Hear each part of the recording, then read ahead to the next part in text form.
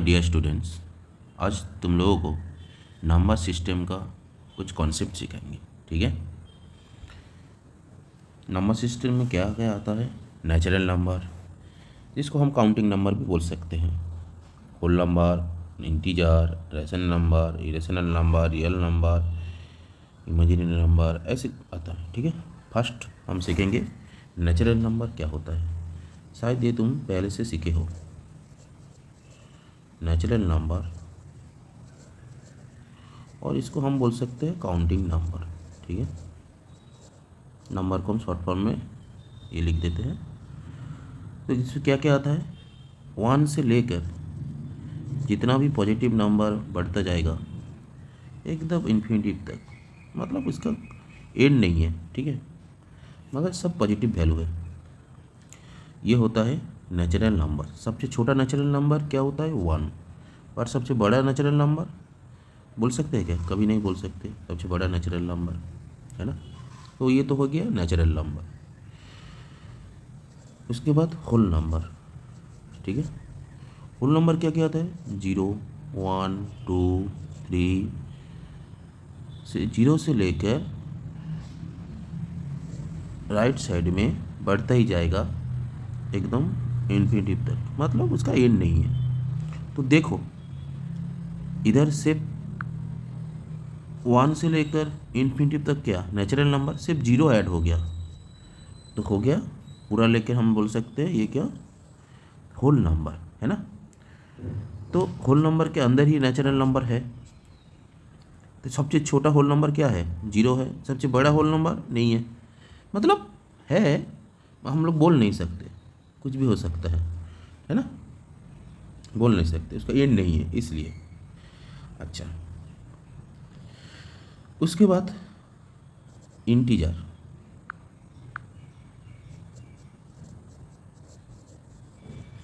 Integer क्या होता है? 0, 1, 2, जैसे इधर पॉजिटिव वैल्यू, सेम उसी तरह नेगेटिव वैल्यू 0 से छोटा छोटा होते जाएगा, 0 से और छोटा होते जाएगा, एकदम छोटा होते होते होते होते जाएगा, उसे ख़त्म नहीं होगा। ठीक है। हम लोग ऐसे पकड़ लेते हैं कि माइनस इन्फिनिटी से प्लस इन्फिनिटी तक, ऐसे पकड़ लेते हैं। ठीक है। कि इसका माइनस वैल्यू भी हो सकता है इंटीजर का, और प्लस वैल्यू भी हो सकता है। ठीक है। तो इंटीजर में ये जो माइनस वैल्यू में नंबर आएगा, इसको हम बोलते हैं नेगेटिव इंटीजर। ठीक है। और प्लस वैल्यू में जो रहेगा, अच्छा इसके सामने कुछ नहीं है मतलब क्या है? प्लस है। इसके सामने कुछ नहीं मतलब क्या है? प्लस है ना। हम लोग प्लस वैल्यू है इसलिए हम लोग नहीं लिखते हैं साइन। ठीक है। जब माइनस वैल्यू होते हैं साइन लिखते हैं। तो इधर क्या हुआ? नेगेटिव इंटीजर, और इधर क्या है? Positive integer.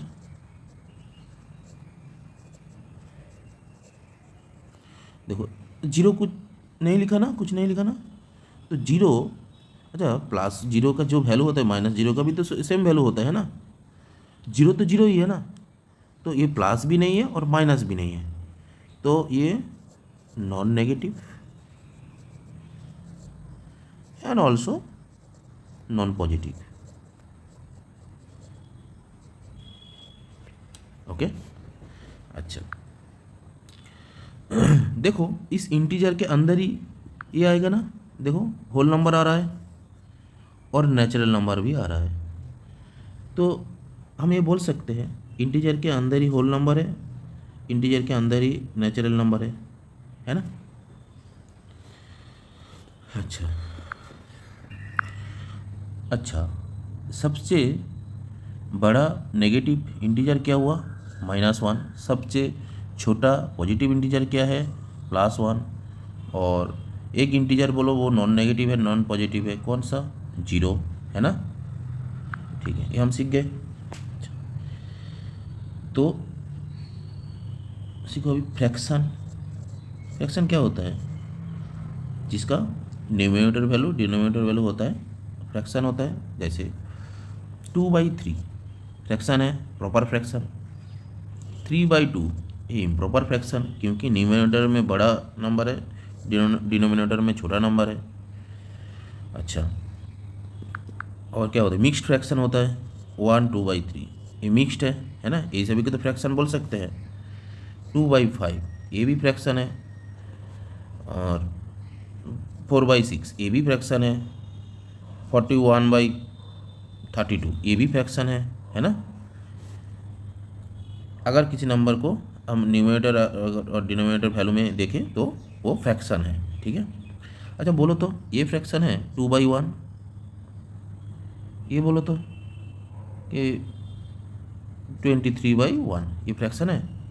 हाँ है, क्योंकि देखो हम ये फ्रैक्शन में लिखा है, मगर है तो वो 2 है, तो ये 23 है ना। अगर किसी नंबर में डिनोमिनेटर में 1 बैठा दे, वो फ्रैक्शन में कन्वर्ट हो जा रहा है, मगर है तो वो नेचुरल नंबर है ना। तो हम लोग ये बोल सकते हैं फ्रैक्शन के अंदर नेचुरल नंबर है ना, ये बोल सकते हैं। अच्छा 0/1 लिख दे तो इसका वैल्यू क्या आएगा? 0 ही आएगा ना। तो इस ये फ्रैक्शन में लिख दिया, मगर इसका वैल्यू क्या है? 0। 0 मतलब होल नंबर, तो फ्रैक्शन के अंदर ही होल नंबर है। और सेम प्रोसेस इंटीजर में -2/3, ठीक है। ये क्या होगा? नेगेटिव फ्रैक्शन हो गया। अच्छा -2/1 अगर लिख दें तो इसका वैल्यू एक्चुअल में क्या आएगा? -2 है ना, इसका वैल्यू एक्चुअल में -2 आएगा। तो ये क्या है? नेगेटिव इंटीजर है। तो हम लोग ये बोल सकते हैं नेगेटिव इंटीजर भी, मतलब पूरा इंटीजर भी फ्रैक्शन के अंदर आएगा, है ना।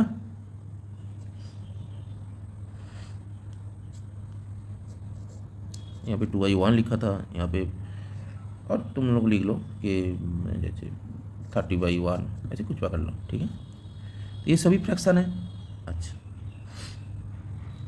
अभी डेसिमल नंबर को तो क्या होता है? डेसिमल नंबर होता है जैसे इस 2 को 3 से अगर डिवाइड दो तो क्या होता है? 0.6666 ऐसे आता जाएगा ना। इसको हम लोग क्या लिख सकते हैं? 0.6 ऊपर में बार साइन देते हैं, है ना। जब ये पॉइंट बैठता है इसको हम डेसिमल बोल सकते हैं, ये सब डेसिमल नंबर है। अच्छा देखो, ठीक है, ये जो 3/2 है, ठीक है ना, मतलब ये जो 3/2 लिखा हूँ, है ना, इसका वैल्यू क्या है असल में? मतलब डेसिमल में 1.5। अच्छा ये जो 2/5 है, 2/5, इधर से 2/5 है ना, ये डेसिमल में इसका वैल्यू क्या है? 0.4। अच्छा ये जो लास्ट में लिखा हो 41/32 है ना, इसका वैल्यू क्या है? 1.28125, ठीक है। देखो और एक नंबर हम लेते हैं, जैसे फ्रैक्शन में ले लेते हैं पहले 2/7। इसका डेसिमल वैल्यू क्या आएगा? इसका डेसिमल वैल्यू 0.2857142857114। देखो इधर इधर क्या आ रहा है? देखो फिर रिपीट आ रहा है 2857114, फिर से 2857114 आ रहा है, रिपीटेशन हो रहा है। तो हम लोग इसको ऐसे लिख सकते हैं,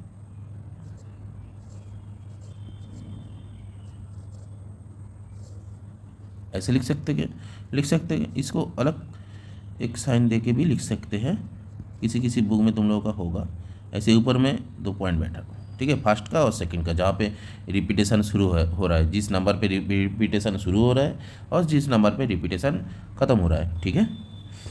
अच्छा तुम लोग ये डेसिमल में देख सकते हो, किसी जगह में देखो, किसी जगह में रिपीटेशन हो रहा है और किसी जगह में एंड हो रहा है। ये नहीं, ये रिपीटेशन किसी जगह में देखो एंड हो रहा है, किसी जगह में एंड, ये एंड है, ये एंड है, ये रिपीट हो रहा है, रिपीट हो रहा है, ये भी एंड है, ये भी ए रिपीट हो रहा है ना। तो जो एंड हो रहा है उसको हम बोलते हैं टर्मिनेटिंग डेसिमल नंबर।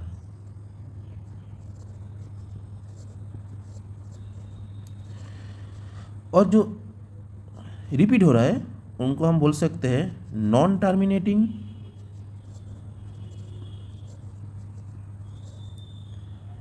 रिपीटेड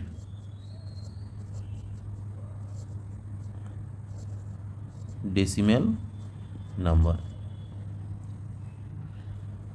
ये अच्छी तरह से पढ़ना, non terminating repeated decimal number, terminating decimal number, ठीक है। डेसिमल नंबर ये सब होता है। अच्छा डेसिमल नंबर के अंदर क्या क्या आएगा? अच्छा तुम बोलो तो, अगर 2.0 लिख दे तो डेसिमल की तरह लिखा ना, तो एक्चुअल में इसका वैल्यू क्या है? 2 है ना। अच्छा डेसिमल के अंदर तो डेसिमल की फ्रैक्शन की तरह ही तो हुआ ना। फ्रैक्शन को अगर डिवाइड दे दे तो डेसिमल नंबर हो जा रहा है ना। अच्छा इसका ये हम लिख दे ये 2.0, तो ये इंटीजर हो गया 3.0। एक ये नेचुरल नंबर हो गया और इंटीजर भी है, पॉजिटिव इंटीजर है, 3 है इसलिए, और नेचुरल नंबर भी है 3 है इसलिए, ठीक है। अच्छा इसके अंदर होल नंबर भी है अगर 0.0, तो ये होल नंबर भी हो सकता है, डेसिमल की तरह लिखा है ना। अच्छा अच्छा डेसिमल नंबर का और एक वैल्यू है, वो मैं बोल रहा हूँ, देखो।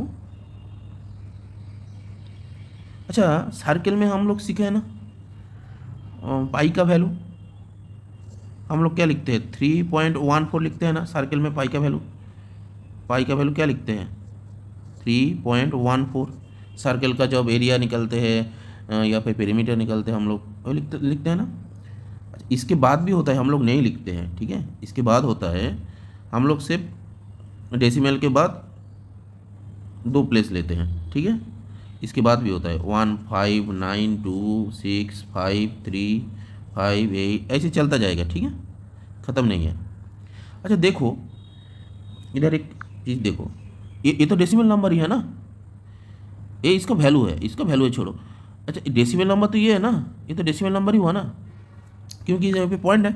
अच्छा देखो पहले 14 हुआ है डेसिमल नंबर में, तो इसके बाद 14 होना चाहिए था, इसके बाद भी 14 होना चाहिए था, मगर क्या आ रहा है 14 1 5 9 2 कुछ भी आ रहा है, ठीक है। कोई रिपीटेशन नहीं है ना, कोई रिपीट नहीं है, और ये टर्मिनेटिंग नहीं है, रिपीट भी नहीं है और टर्मिनेट भी नहीं है। तो हम लोग इसको इस तरीके का डेसिमल नंबर को हम बोल सकते हैं नॉन टर्मिनेटिंग नॉन रिपीटेड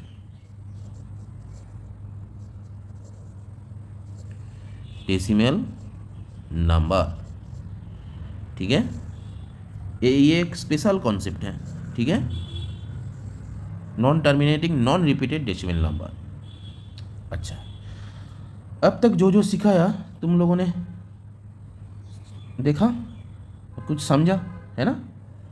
अगर एक बार नहीं समझ में आया तो दोबारा समझने का कोशिश करो, ठीक है। अब तक जो जो सिखाया हो, ठीक है। अच्छा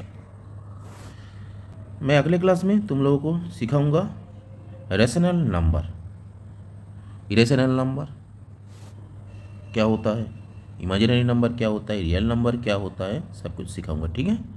चलो भाई तुम लोग ये अच्छी तरह से समझो, ठीक है। चलो टाटा। अच्छी तरह से समझ के पढ़ना और आनंद लेके पढ़ना, ठीक है। चलो बाय।